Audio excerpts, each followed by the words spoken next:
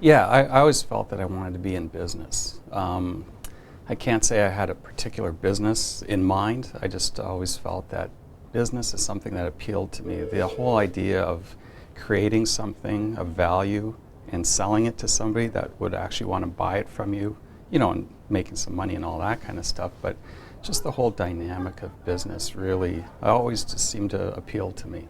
Yes, I really do love what I do. I love being in business. I cannot picture myself doing anything else. I've been to the mission field. I have a brother who's a pastor, and that's all really very good stuff, really great work, but it's not for me. My talents, my abilities, my calling, I think, is in business, and that's really what I enjoy, and I'm very fortunate that I'm in the right place, I think, to do that.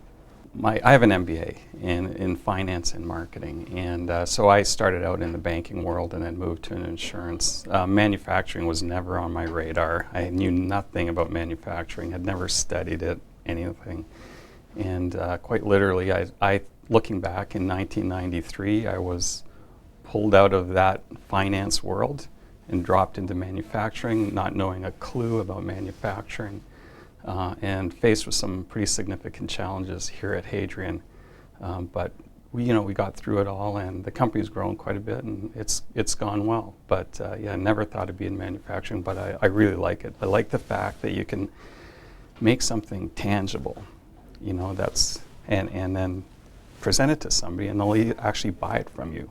Whereas in the finance world, it's all numbers on paper, right? So I just find it's really cool that you can come up with an idea, have it expressed physically, and then sell it to somebody, and they like it. It meets their needs. They're happy to buy it from you. So there's a service side to it as well. So I started with Hadrian in 1993. I was the first vice president that they brought in, and my role was to help the finance and admin side, but my responsibilities kind of went into sales and marketing a little bit, customer service for sure, that kind of thing. And the company was relatively small at that time and growing rapidly, so I was here to help the company make those transitions, from everything from new computer systems to HR policies and all that kind of thing.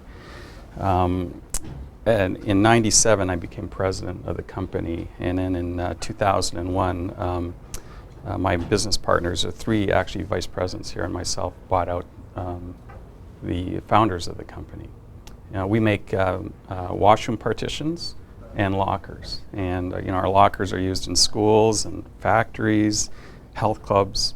Our partitions are used, all over the place. I mean, Terminal 1 in Toronto, the Sky Dome, Ohio State University in their stadium, the U.S. Embassy in Beijing. So we ship our product all over the world. We deal mostly in Canada, the U.S., Latin America, and China. My role is to develop strategy, to develop the focus for the company, to set the direction for the company, and then to be the face of the company.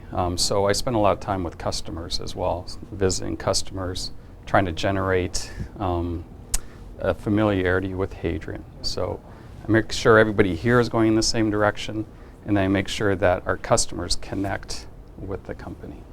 Probably the best way to put it. Many years ago when I was in university, I had the opportunity to go to Urbana, but I wasn't overly thrilled to go. I was a Christian, but I just thought it was a bit of a waste of time. So anyhow, at the end of the whole few days of seminar, Billy Graham spoke. And so we're in this huge auditorium.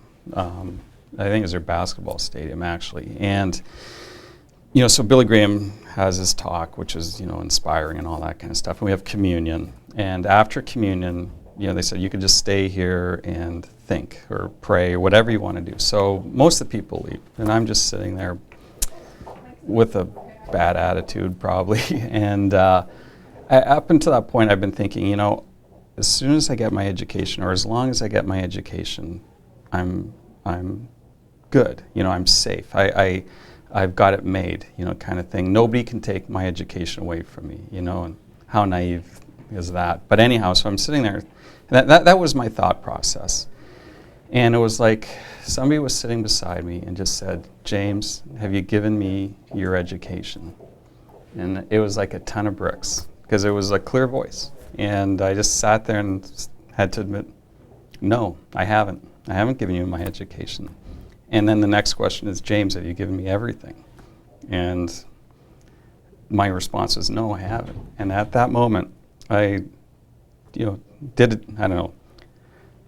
confessed to God that I hadn't, and that I would do whatever He wanted me to do. I would go to Africa and live in a hut if He wanted me to do that. I would go to, to the ends of the earth, whatever God wanted me to do. All the while thinking that, business is what I really like to do, right? Or what I felt was what I was good at.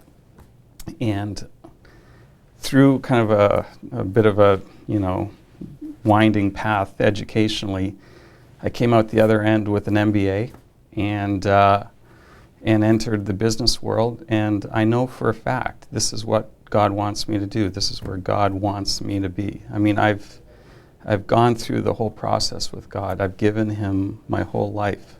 So I'll go wherever He wants me to be. And I know that He wants me to be here right now. I believe God's called me to business.